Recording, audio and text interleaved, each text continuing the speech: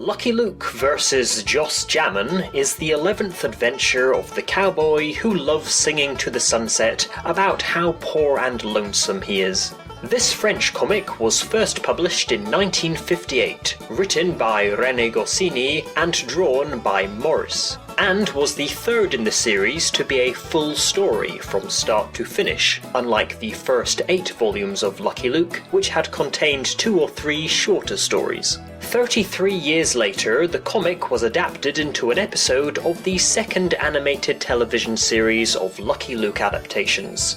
How faithful was this adaptation? Let's spot the differences.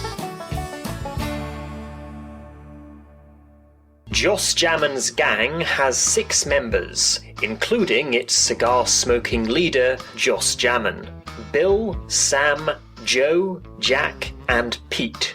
Sam the farmer was not added to the adaptation, presumably ignored because he is the least interesting member of the gang. His backstory is that he is a dishonest man with an honest face. However, Sam does play one very important part in the story within its first few pages, as it is he who tells the townfolk of Los Palitos that the stranger who'd just arrived in town is one of the bandits who attacked it less than an hour earlier. This almost results in Lucky Luke's execution. In the episode, this dirty deed was carried out by Pete, who, for some reason, was drawn as a caricature of René Goscinny. I insist on a fair trial. Sure, but we'll hang you first. Luke is saved by news that a neighbouring town has just been attacked too, and convinces the folk of Los Palitos to allow him 6 months to catch the outlaws responsible. If he fails to do so, he'll return for his hanging. Our hero finds Joss Jamon and his gang having a drink in Frontier City. Without stating he knows they are the men he is hunting, Luke makes it clear he intends to arrest them all. That critter bothers me. One of us will have to get rid of him tonight. I will. No, I will. The first one to roll a 12 wins. Roll 'em, Bill.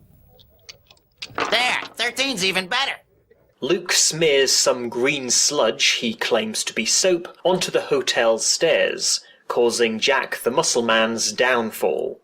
In the comic, he uses a regular bar of white soap. Good evening. Are you looking for a room? Yeah, the room you just rented. Where is it, old-timer? Room 5. Opposite the staircase.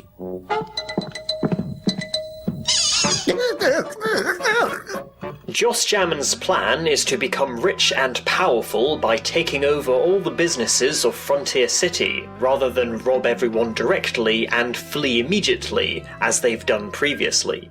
Starting with the bank, he and his gang rob it 2 at a time, until there is no money left, and Mr. Smith, who runs the bank himself, leaves town utterly defeated. Suspecting the gang are up to no good now they have taken ownership of the bank, Luke robs them in front of witnesses to make the public aware their money is not safe with Joss Jamon.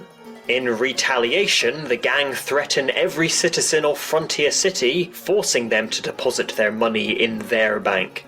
In the adaptation, only Joss and Pete rob the bank, taking all the money at once, rather than taking turns to steal it. Joss forces Mr. Smith at gunpoint to give ownership of the bank to him, and although Lucky Luke doesn't demonstrate how to rob a bank, the gang still push the townfolk to put all their money in the bank. You're gonna drink, that's an order.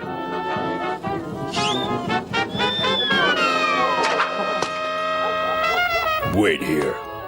I'm gonna teach this critter a lesson before we get rid of him for good.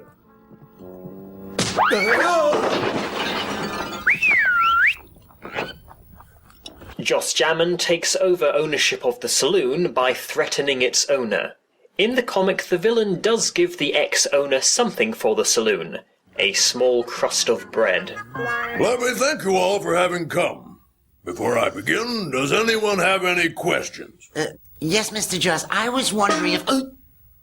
Seeing as there are no questions, I promise everyone who votes for me a beautiful life, and everyone who doesn't a beautiful funeral. Jamon's next step is to become mayor of Frontier City, with his only opponent being Lucky Luke.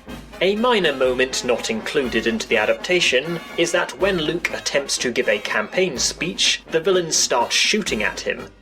Josh Jamon, 799, Lucky Luke, 1 vote. Josh Jamon is elected mayor of Frontier City. Hooray for our new mayor! Someone starts tormenting Mayor Joss Jamon by shooting at him day and night.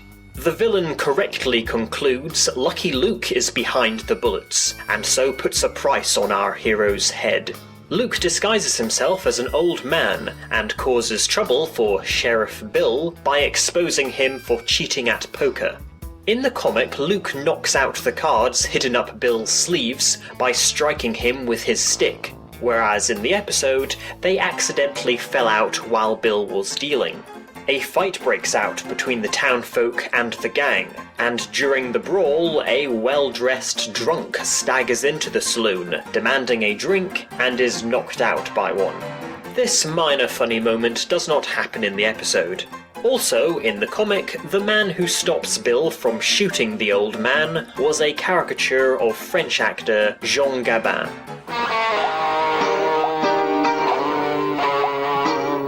Who wrecked my saloon? Everybody's fighting mad, Joss. What are we gonna do? Disguised as a Mexican, Luke delivers a fresh supply of alcohol to the saloon, but to the outrage of the town, they've been served with water. The water is naturally a clear-coloured liquid in the comic, but in the adaptation it is clearly brown. Also, the same drunk from the scene before, ironically, enjoys the water, and helps himself to more while another punch-up happens. The fight leaves Jamon's gang with bleeding noses, but there was no blood in the episode.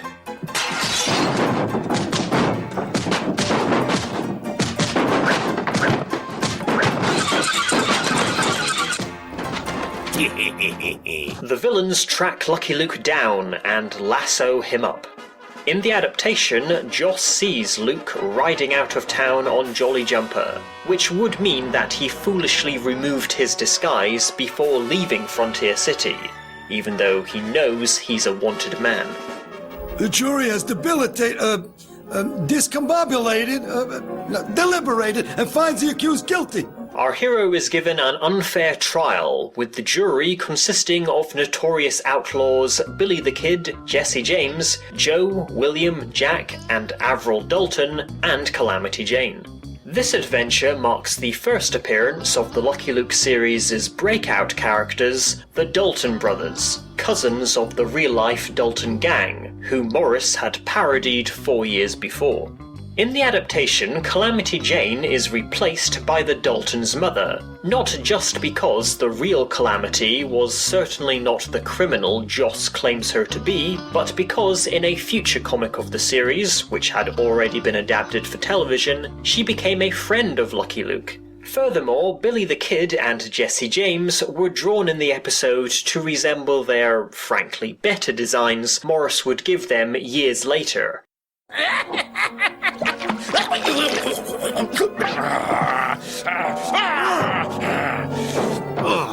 This trial is suspended until everybody cools down. The phony trial is the last straw for Frontier City's citizens, and they revolt against the Joss Jamon gang. Luke, who is in jail awaiting his hanging, instructs some of the men to harness Jolly Jumper to the bars of the cell, so his horsepower will help him escape. In the original story, 2 other horses carry out this task. Trouble, Joss?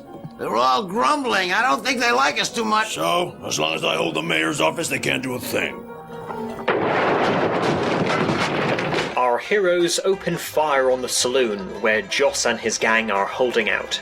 An amusing visual joke, not used in the adaptation, is that the villains are all playing poker while still returning fire, which to me says less about them being too confident during a shootout and more that Luke must have run out of luck if he can't hit 1 out of 6 targets who are all sitting directly opposite a window. Fire!